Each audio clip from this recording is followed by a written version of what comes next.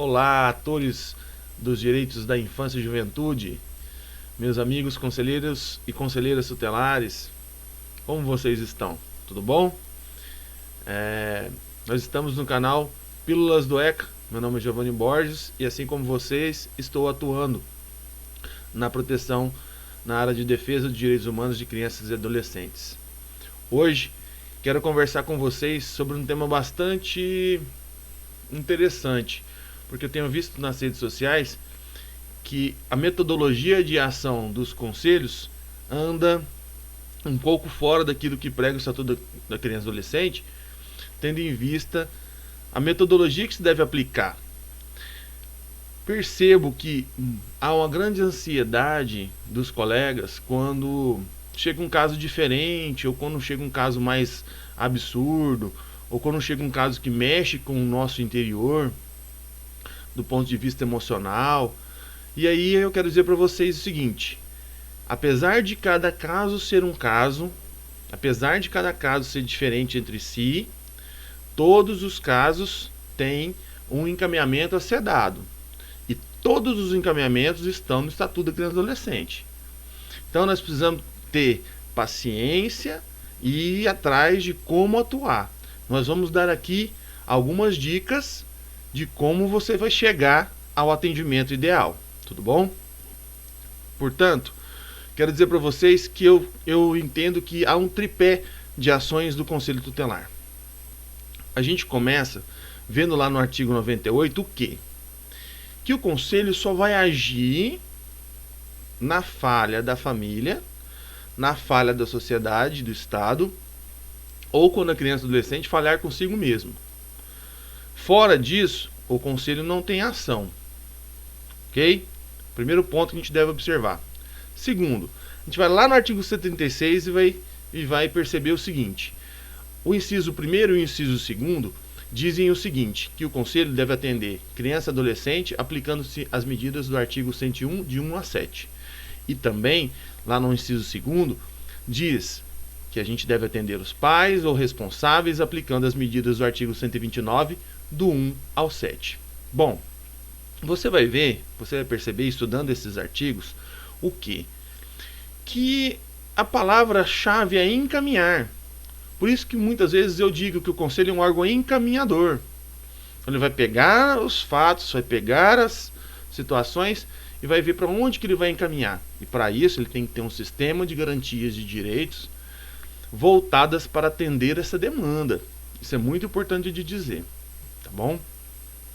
E quando não se tem, a gente pode bater um papo melhor sobre isso depois e fazer um outro vídeo sobre isso depois, tá bom?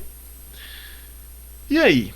Então, começando a falar sobre o tripé, né, de ações, nós vamos primeiramente encaminhar, nós vamos dar vazão aos encaminhamentos. E aí você vai ter que observar o 101 e o 129, ok? Se o encaminhamento não surtir efeito desejado, o Conselho faz o que, gente? Aí o Conselho vai entrar com a requisição do serviço. A requisição do serviço, ela está prevista lá no próprio 136, parágrafo, ou melhor, inciso 3º, que diz o seguinte: promover a execução de suas decisões, podendo para tanto. Então o Conselho, ele toma a decisão enquanto colegiado, não a decisão sozinho, né? Não de conselheiro, mas de colegiado.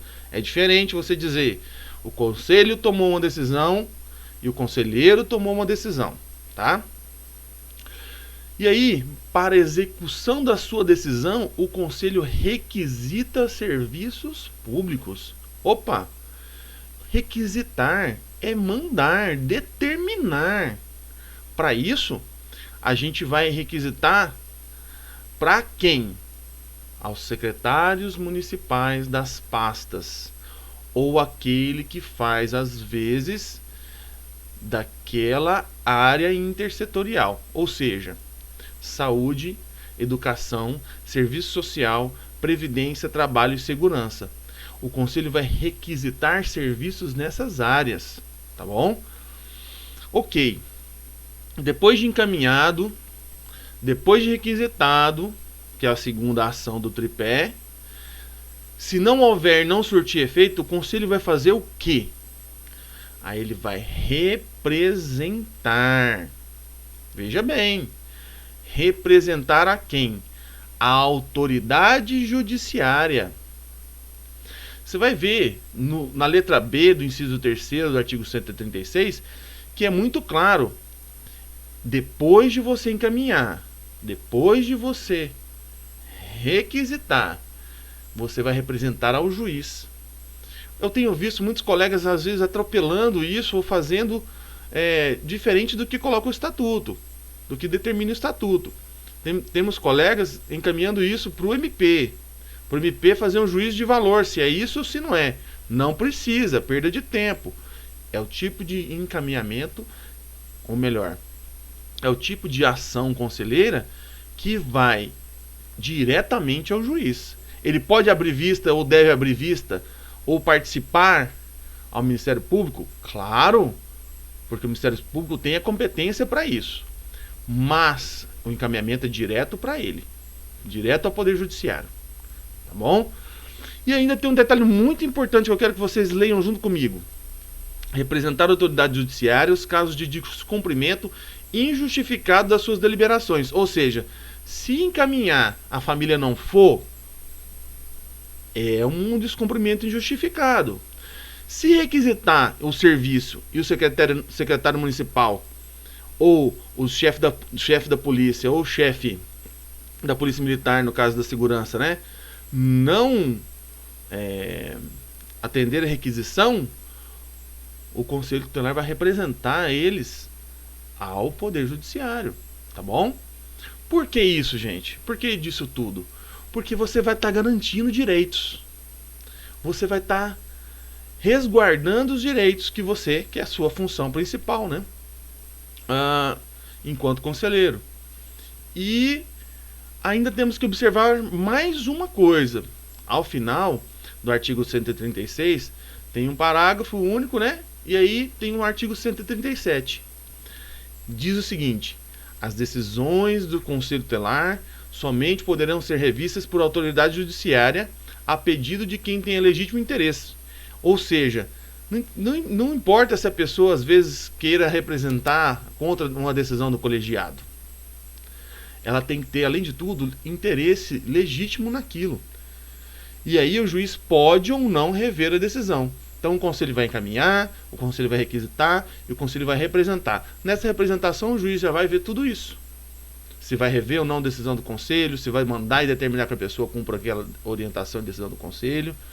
E ainda pode colocar, né, as infrações ou o crime que a pessoa faça se não atender a requisição, os encaminhamentos e as representações do conselho. Tá bom? Então era isso. Vou ficando por aqui. Ao mesmo tempo peço para vocês se inscreverem no canal, gente. Isso é muito importante porque a cada vídeo vocês vão recebendo as nossas atualizações.